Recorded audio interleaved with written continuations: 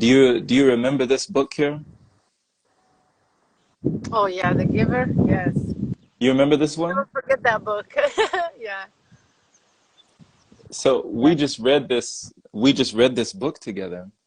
And there were themes in this book, there were lessons in this book, and there were messages in this book that talked about not fully being able to be yourself, you know, Hmm. not fully being able to voice or express your opinions, your emotions, your feelings, the things that you might have been concealing within you. There were things that they had to do, like rules that they had to adhere to, but the rules were very constrained, you know? So what kind of really stuck out to you? Because I don't know that we've talked a whole lot about this on a live, but what were some of those elements in this book that really correlated with that feeling that you have within you? I'm still trying to process the book because I've read like two books after that. So I'm like, okay, let me go back to it. Um, so this book just reminded me of our reality. It's a whole community that are going by rules created for them, and it's limiting them from seeing beyond, all those rules. Um, I feel like we're the same here in this society. We have so many rules in this society that we can't express anything else. We can't experience anything else. Like, for example, like me talking about the sleeping, for example, everybody is attached to that night and day. You have to sleep at night. You have to be awake during the day. And that's a concept that it's in your mind. That's not true. There's nothing that says you have to sleep when it's like dark outside.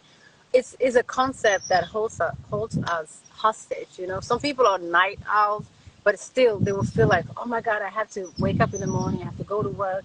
Normal people wake up during the day. Only weird people stay up at night. It's just a concept that holds you back. That's a chain that you created on your own. So it feels the same. It feels the same in that book. Everybody was attached to some type of rule, so they couldn't experience the real things. So yeah, we all prisoned. So how did it feel to detach from that concept when it came to sleep, or to differentiate between sleep and rest? Like you say, you rest, but you don't necessarily have to be down for hours, right? Hmm. How did it feel to detach from that concept? What was freeing about that for you? Um, it's a very deep, settled concept. So I wouldn't say I'm 100% free, but I'm getting there. And I think the freedom in it, it's just you learn how to rest, really rest. Because sleep is not rest. I just realized it's not rest. I don't know what I'm doing for 8 hours. You're just unconscious. It doesn't matter. Like you just unconscious. And when I wake up, I'm so tired. It just didn't make sense. It didn't make sense. So even if it wasn't a thing, if that made me feel better to stay up and just taking naps here and there, I would do that. I would just do that. Whatever that makes me feel like, okay, this is right for me, I do it.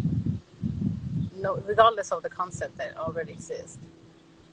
So that's what made me realize that resting is the real deal, and sleeping is just, you can go on vacation sometimes. You said you go on vacation, Yeah. right? And I guess sometimes your vacation turns to a staycation. You stay in that realm for a while. Yeah. Yeah. But even Jonas in The Giver, in this book, when he was learning different concepts or learning about things that he thought he knew, but learning about those things differently and seeing it from a different angle, he went out when he saw, Asher playing with the other kids, and they were playing that game of war Hmm. where they were, shooting each other, but they were laughing. Hmm. And when the kids were falling on the ground, they didn't know what pain was. They didn't Hmm. know what death is. So they Hmm. couldn't understand what he now Hmm. understood. And so Yeah. just because he had a different understanding, it was as though he was now an outcast. So have you ever felt the feeling of being an outcast with different understandings around people, you know? Every day, every day. That's why, there are some, like in that movie, you said they didn't know war, they didn't know pain, they didn't know what blood was, they didn't know any of that.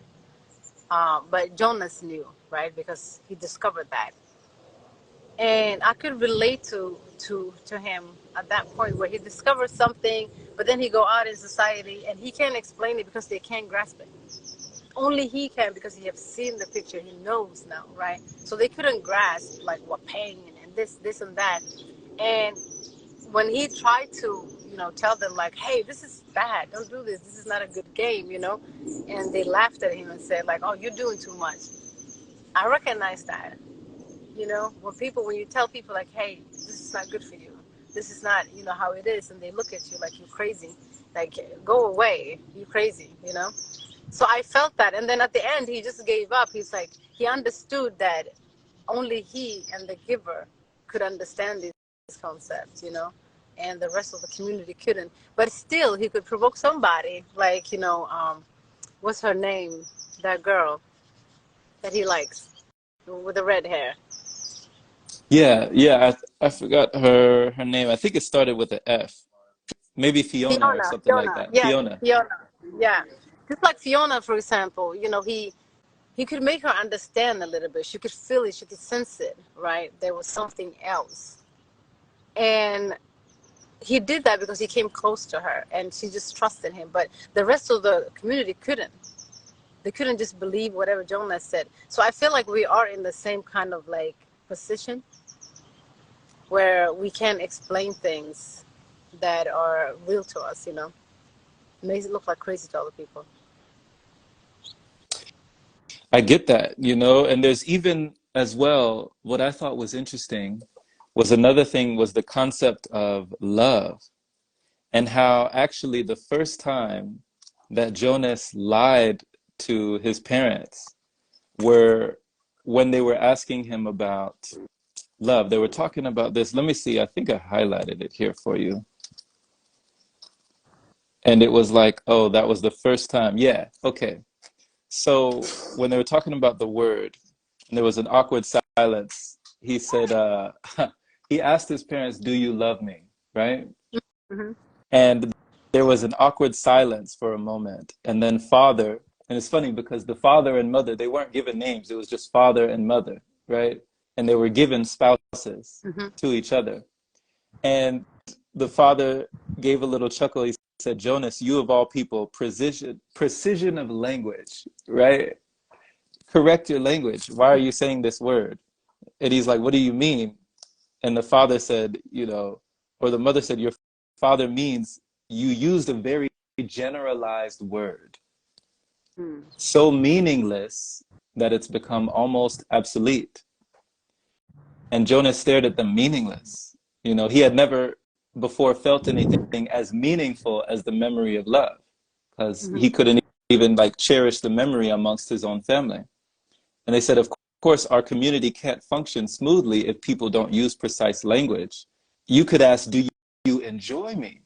You Mm-hmm. know, but not love. Do you take pride in my accomplishments, but not love? And then they asked, do you understand why it's inappropriate to use a word like love? And he said, yes, I do. And that was the first time he lied to his parents. So how did you Yeah. feel when you read that passage and what did that speak to you? Um, Again, it's the same thing. I just felt like, he tried to explain that and they don't know the concept, right? They're programmed differently. So, do you enjoy me? you know, that's that's that's in a way, um, I don't know how to explain it, but they were programmed that way. And for him to just explain that, it was hard for him because they don't know the feeling. He understood that they don't know the feeling, so he had to lie to them and say, "Okay, yeah, I get it." In his what's it called? Steps. It says lie, right? And I was also thinking, okay, how would he lie? And sometimes I was also thinking about, did all the adults also lie? Did they have to also lie? But that wasn't the case, right? Was it? Did they also have to lie, or did they not just know what they were doing? You know, when they were killing Right. the babies, when they all of those They, things that they were doing, they just didn't know, right? So it reminded me of all these doctors and all these people that have titles and stuff. Whatever they're doing, they think they're doing something that they're supposed to do, but they don't know that they're actually killing people. It's the same thing. They think they're saving, but they're killing. So when they were sending this baby to elsewhere, did they know what elsewhere was? Did they have that feeling of, oh my God, you just killed something, killed someone? They didn't. They didn't have all of that. But if they have the love, like Jonas and the giver, they will know. They would understand that what they're doing is horrible. But if you don't even have that kind of feeling within you, you don't know what you're doing. You don't know what you're doing. So it was right. disturbing to read that, but it's real too. Right, because the other day, and I'm here in Riverside in California, and it doesn't rain often out here. And I was at the grocery store the other day, and there was a lady who was about to push her shopping cart outside. But since there was that hurricane warning, the rain was billowing everywhere outside. It was a downpour, and they weren't accustomed to that. So she said, I didn't bring my umbrella. Now I have to wait. So she felt inconvenienced. And then we were talking to each other, and she was like, well, I should be thankful. I should be grateful for the rain. And we were like, you can't have flowers without rain, just Yeah, like you can't have joy without pain, you know? that's true. So it was talking about the opposites, because in this book, the citizens they were not only prohibited from using words like love, but they were prohibited from feeling pain. They didn't really know pain on that level. So they couldn't experience the full wide spectrum of emotions and feelings and things in their body or even in their heart that they could, you Yeah, know? yeah, So yeah, it's very interesting.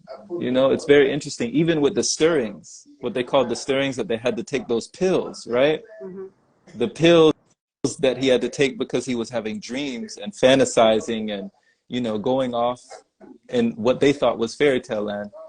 Stirrings, he had to now take pills. hmm, And so that marked like an age of coming out of adolescence or coming into a new stage. hmm, So he asked them, he was like, well, how long do I have to take these pills that remove my stirrings, that remove my emotions or remove my tide to this feeling? hmm. And his mother said, for the rest of your life. Like you have to take these pills every day, Yeah. you know? It's like the And it vaccine. was just accepted, you know? It wasn't questioned. It was just like, of course, you have to take them forever. It's going to be Yeah. like this forever. And if you didn't take the pill, that's when you realize like you could see reality for what it is, right? You could feel things, wasn't it? Like you could think for yourself if you didn't take the pill. So again, like the Matrix, the blue pill or the red pill, right? It's always something that put you to sleep. But I think in order for us to follow all of these rules, there's something that's putting us to sleep. Something that's keeping us so doomed that we're just following these rules. So I don't know, maybe it's not a pill for us, but it's something else. Maybe it's in the food. You never know. But yeah, it reminded me of this society, this reality, this reality. I was going to say something, I forgot. What were you going to say, Nabiha? I forgot. I forgot about it. But it was about the parents and yeah. Something about the Yeah, parents? yeah, not knowing the pain. And so, like, the society that was in that book, right? I felt like it was created by someone that haven't, understood this life. Someone that haven't understood that everything needs to be balanced. Someone that haven't understood that pain, it's okay, for us to, it's equal. All of it is equal, right? So I think I felt like it was that society was created by someone that was hurt and didn't understand. And their best way of doing it was like hide everybody in one place and then remove all the pain and remove all the things that they think is horrible, you know, and then create that little happiness.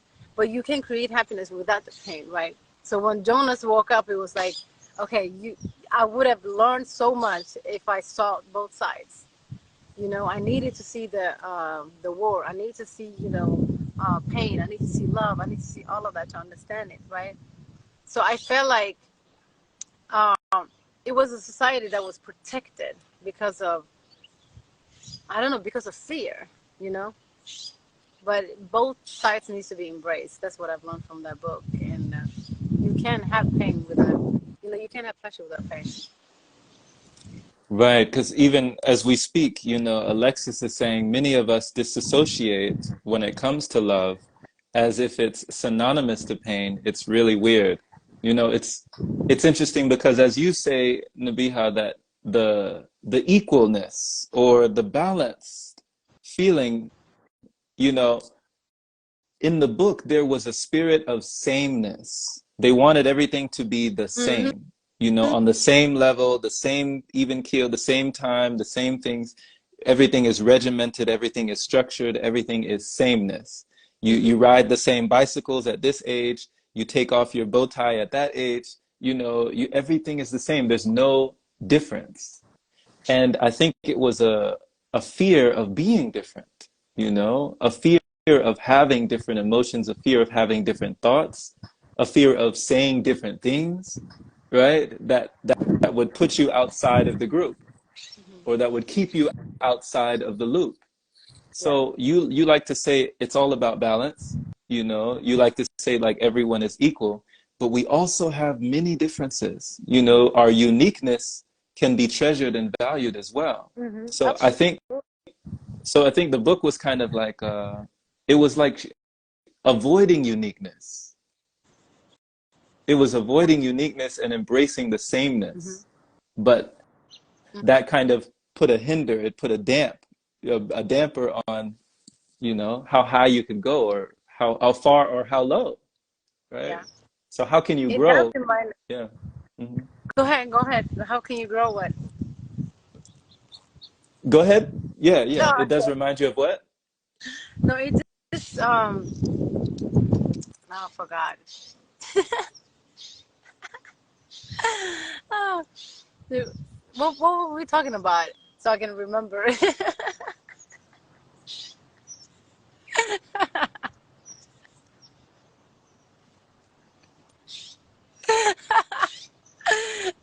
Remind me. Just takes 1 second. Yes, the sameness. The sameness.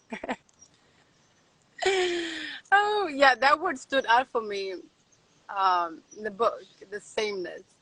And it reminded me of how society wants to squeeze us in one box, you know?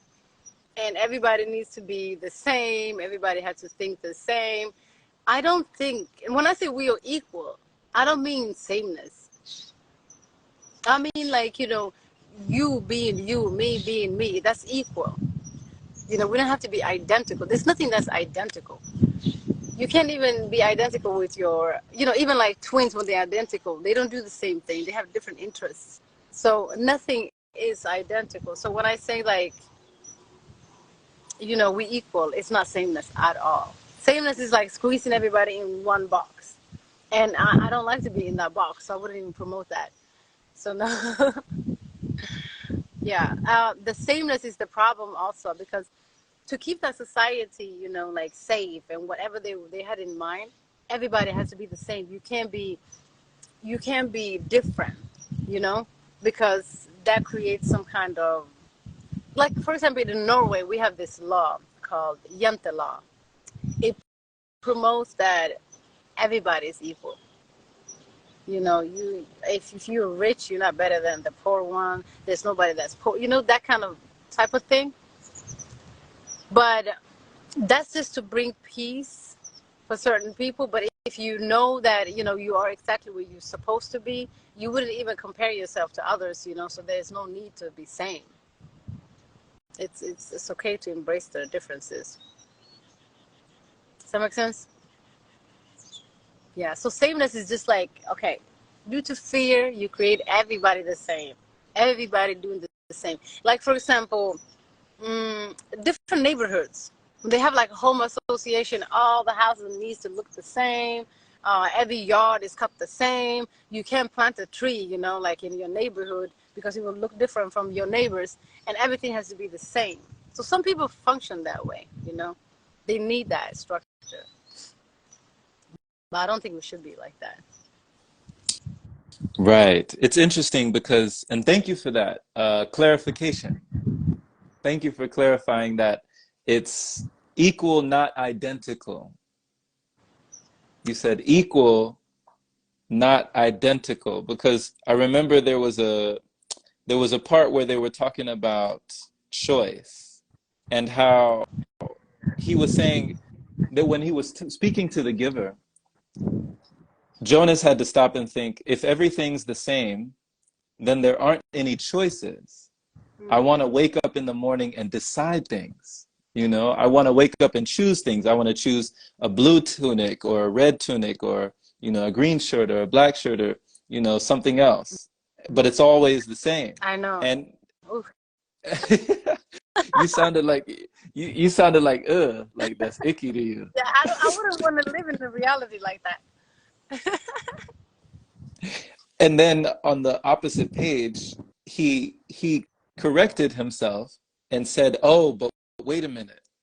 That would mean that we could choose, but if we could choose, maybe we make the wrong choices." That's when he talked about the wrong choices, and the giver was kind of indulging him like, you know, what do you mean? So it wouldn't be safe?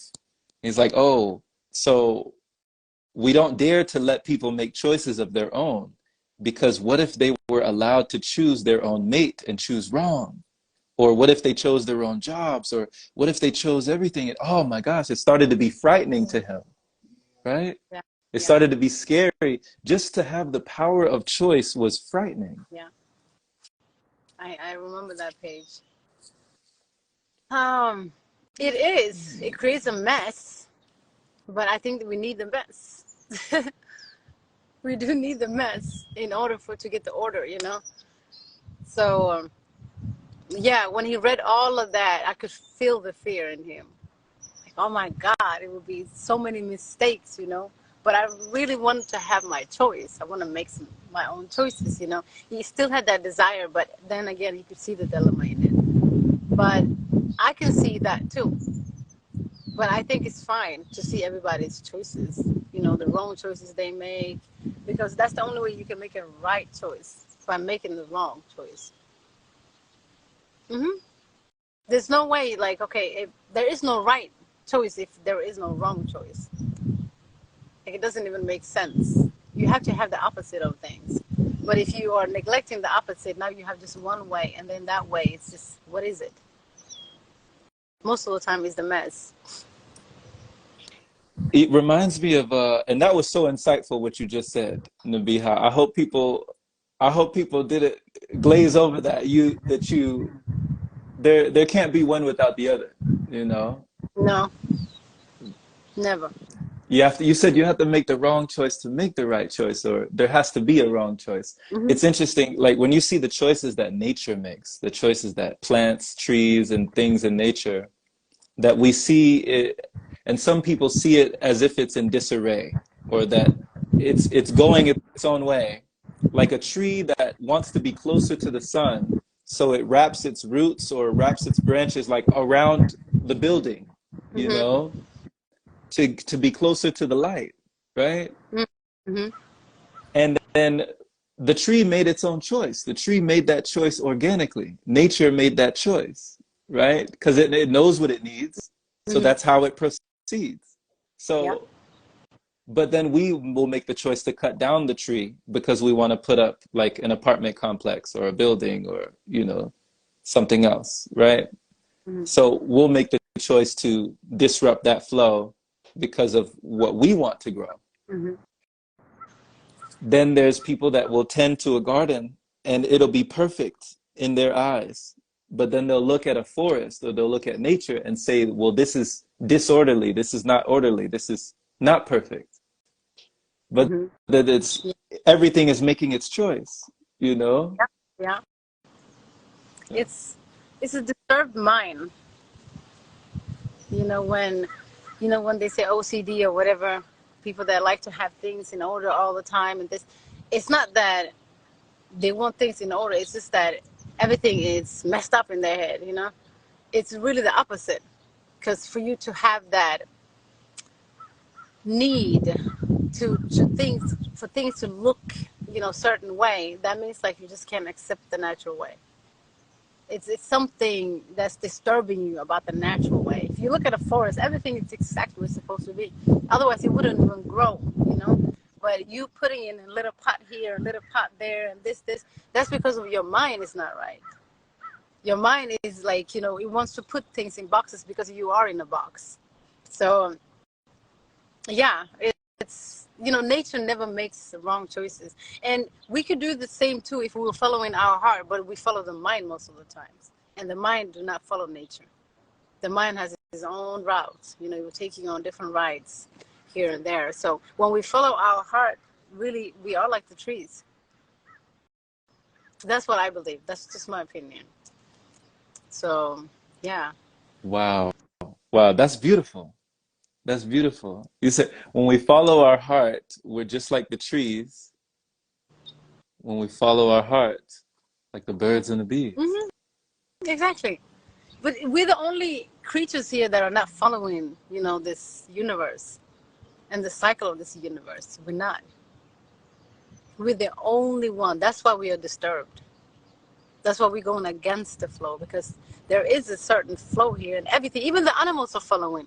You know, like the tree that you're saying chose to go to that, you know, building and somebody cut it down. That's its destiny. You know, it was in the cycle. You know, that tree needs to go, right?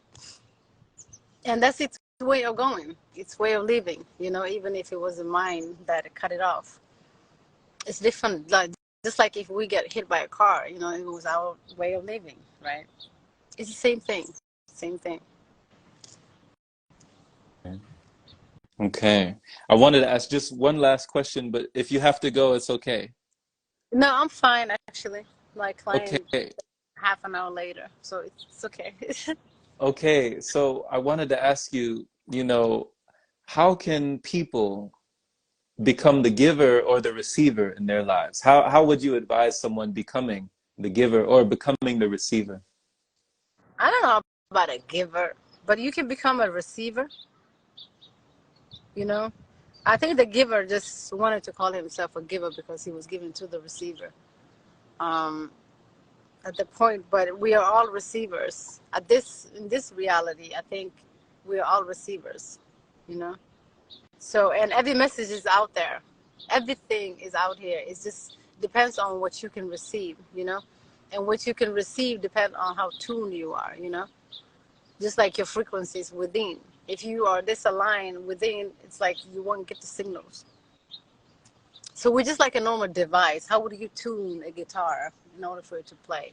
How would you, tune your radio or whatever so it receives, you know, different. We're just like radio, really. I like to see it like that. We're just like a radio, Wi-Fi, whatever. And whatever we receive, we project, you know? So you have to choose, you know, you have to align with the right channels. Like when people say I'm channeling, maybe they think they're doing some hocus pocus, grabbing some information from any, but you're just the receiver. The messages is everywhere. It's in the air, everywhere. You'd be surprised if you just see something in front of you, but it was there all the time. It's not that it just appeared. It's just like your awareness increased.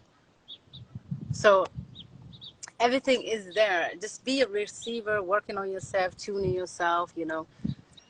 That's the only way.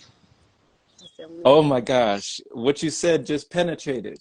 It just penetrated. I love that. You said you'd be surprised when you see something right in front of you, but it was there the whole time, Mm-hmm. right? It's like how Jonas was seeing the apple, Mm-hmm. or how he saw Fiona's hair, or how he saw Exactly. the color of the books on the shelf. It was there the whole time, but he was unaware of Yeah, what was always there. exactly. Because he's blinded by the concept, blinded by the rules that we know, you know. That's why I can never settle for the world, this planet being round, and this and that. There was this lady that went to space the other day, and she said, "Yeah, I confirm that it's round." I'm like, "Yes, that's the only thing you can perceive. You still can just see round, and this shape. So you would see only what the content that you have within yourself. So there's nothing that's round and long and this and that. It's just concept. It's our concept. So if something appears differently from the shapes that you're already used to, from the things that you're used to, then you think you're crazy, right? Like when people see like a pink elephant or something like that in front of them, they start running. Oh my God, I'm crazy. But it's just because you tap into something else that is outside of the content that you have within yourself already. That's what I think. Right, because you once had a friend that you said you thought was, or you called colorblind. You said you had a friend who was colorblind. Yeah. But did you think they were crazy? No. I just thought like, okay, let's figure this out. Do we see the same colors? Maybe. I never believed that we do. I just think we have, the concept of green. It's the same concept in my head, but I'm not 100% sure if your green is the same as my green. I just know we have the same definition of the same thing. But how you see it, I don't know. I really don't. It's just that we know, like, okay, green looks like that, but maybe green looks like blue to you, like how blue looks like for me. But you call it green, we call it green, we agree on one name. But how we perceive it, how we see it, I don't know. I can never be sure. Yeah. And because you weren't identical, it was still okay for her to see things in a different way. Hmm. She saw blue, I saw green. It's the same car.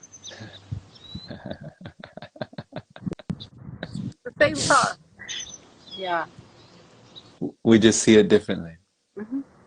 I love it. I love it. Nabiha, thank you always. Thank you, Jerome. I think there's some message if you want to read it before we go. Somebody Uh, said, I don't see it. you I don't? can't see any. No. Maybe you can see them. Yeah. Haha, you see that? You see that? You can see it. I can't see it. That's weird. It says, I love yourself. Um, I'm unaware each day breaks my reality at the end of the day. I go to sleep at the end of the daylight, wake up with a reset to a broken program that I feel that my soul is attending to reprogram. Did you understand that? No, me neither. So, and then another one to say, yes, that I'm aware I would be a lie. I think they were just responding to what we were talking about, so it would be silly to just go back to it because it won't make sense. Yeah, it won't make sense. But anyway, thank you so much, Jerome, for always being there and spreading the love and yeah, all the things you do. I'm not so good at complimenting, but you just know what I mean, right? just your presence is enough, just your being is more than enough. Thank you. Thank you. All right, bye. Till next time.